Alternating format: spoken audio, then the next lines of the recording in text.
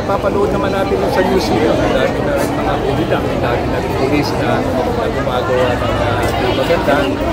Siguro, dahil na wala yung isang Tatay Digong na talagang itinataya ang buhay, tinataya para magkaroon na ng katahimikan. Nababalita naman po ngayon na nagbabalikan na naman po yung mga pulis na dumidiskarte.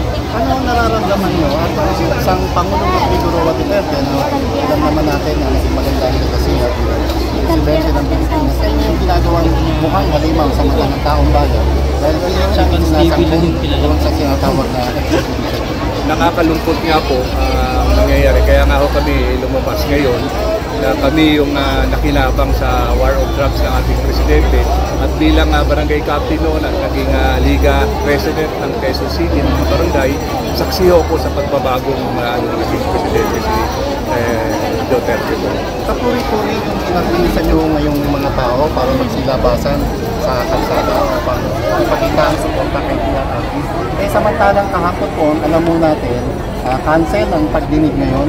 So, kailan nyo nalaman na hindi na pala, itutuloy pala uli yung pagdinig? Mga alas 10 na ho ng gabi, nung nasabi ko sa akin, sabi ko nga best effort kasi talagang mas marami ho, kung natuloy yun ng hindi sinasabi, mas maraming mga nagmamahal at nakinabang at magpapasalamat sa kanya. Sa kanya ginawin ko lang ho kasi hindi maiwasan na mayroong mga nasa panig ng administrasyon na nagsasabi na mga dumagsa ngayon dito, nagpakita ng suporta kay PRRD ay nabayaran. Nabayaran mo ba sila o? Naku naman. Wala ho kami yung pambayad. Nasa inyo ho yung pambayad Baliktad nga po, kami nga ho taga rito sumusunod dahil sabi nyo nga bawal lang mag-rally sa harap ng Congress. Pero tinan nyo, mga makakaliwa ang nandun. Bahala na ho, kayo na ho tao, kayo na nanonood, kayo na ho ang magkasga. Wala hong perang pambayad ang ating Tatay Digong. Kami ho na nakinabang sa war on drugs ni Tatay Digong, nandito kami na nagpapasalamat sa kanya. Huling mensahe na lang ho para sa mga taga-suporta ni PRRD at sa mga kapwa ni opisyal sa lugar. Yes, alam nyo ho, nakakalungkot dahil ang bayan po natin medyo kailangan mo talaga ng malaking pagbabago.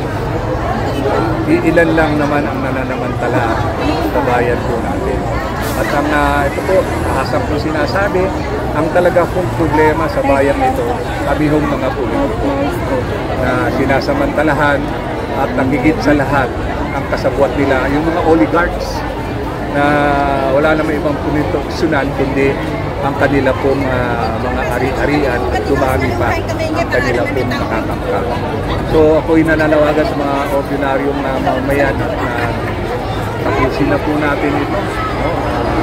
Ilang panahon na rin naman po nating nakita na nanunungkulan yung mga nasa nating pagbabago. Wala hong nagbago. Ultimo ho party list ay binaboy na rin po nila. Panahon na po, alang-alang po, parang awa nyo na alang-alang sa mga susunod na generasyon, yung mga bataang ito. Itama po natin yung pagkakamali po.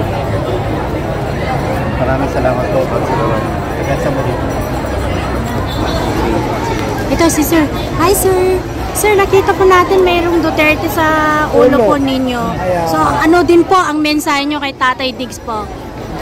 Kami, simula sa pool, Duterte naman talaga kami. Kahit anong mangyari, Tatay Duterte talaga. Pero hindi na ako magpa-interview. Ayoko po. Sorry. Ayoko po. Okay. Ito, para ipagtanggol natin mga susunod na generasyon natin. Kung hindi mga tayo na hindi tama noon, ito na ho yung panahon na tinatama tayo. Tinatama natin ang mga pagkakamali natin.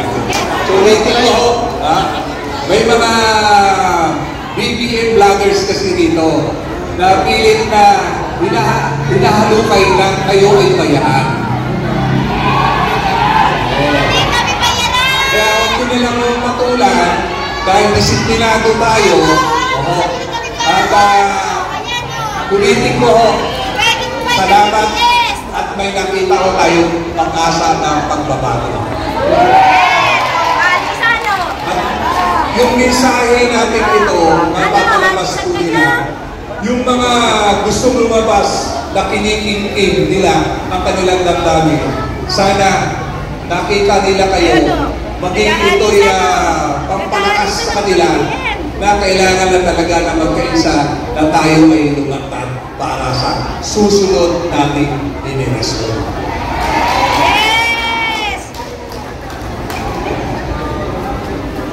Ganon ka disiplinado. Oo. Ganon ka disiplinado. Ganito ang ipagkakaisa ng mga yes. Sira dito kasi, sira doon eh. Oo, yung mensahe ni Pangulong Duterte may silama pero pinapabot po niya sa inyong lahat. Bigyan din sa topic. Interview. Hindi, yung pinabot ni Tatay Digong. Ayun po yung pagkatapos ng inyong pagsalubong nung siya ho ay papunta na sa loob. Ito po yung kanyang mensahe sa inyo.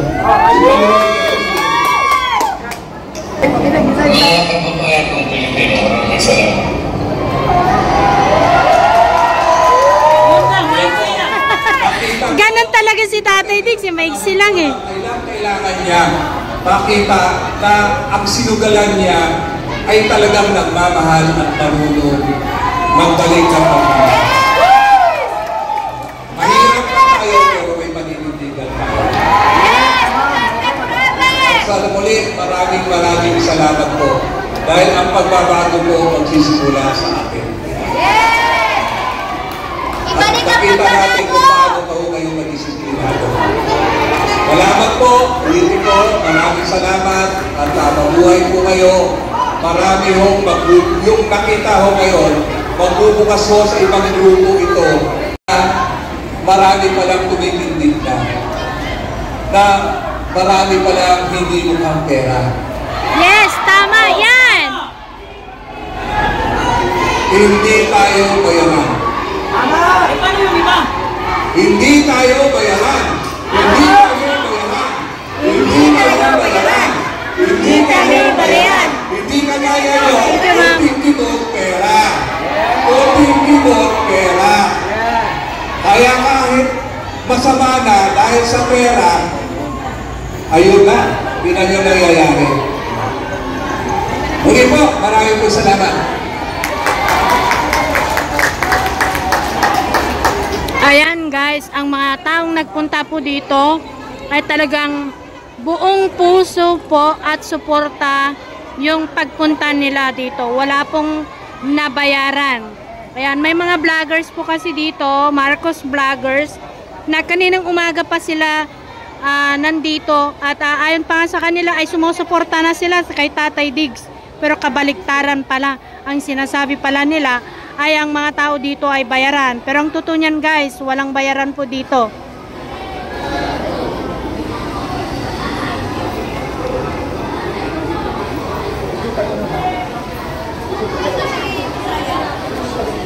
Uwi na kami. Ingat po. Salamat po, Bante. Oh, di ba nakapagpa-picture ako? Okay. Sayang wala kami ano.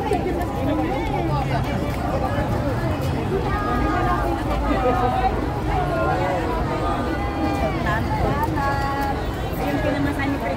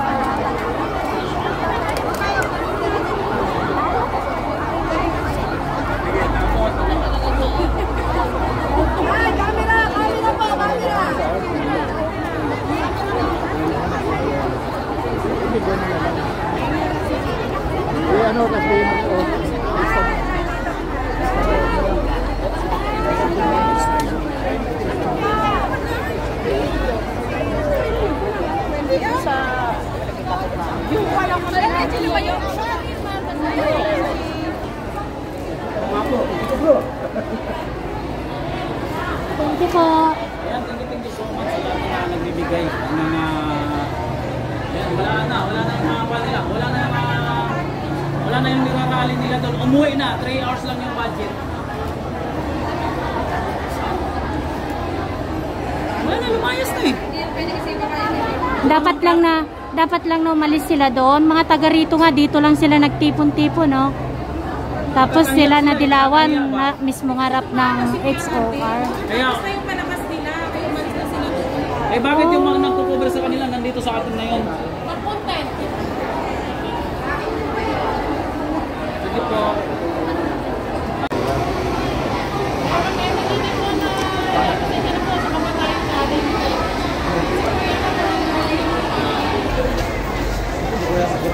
Nakuha ng picture ka ganina na pala.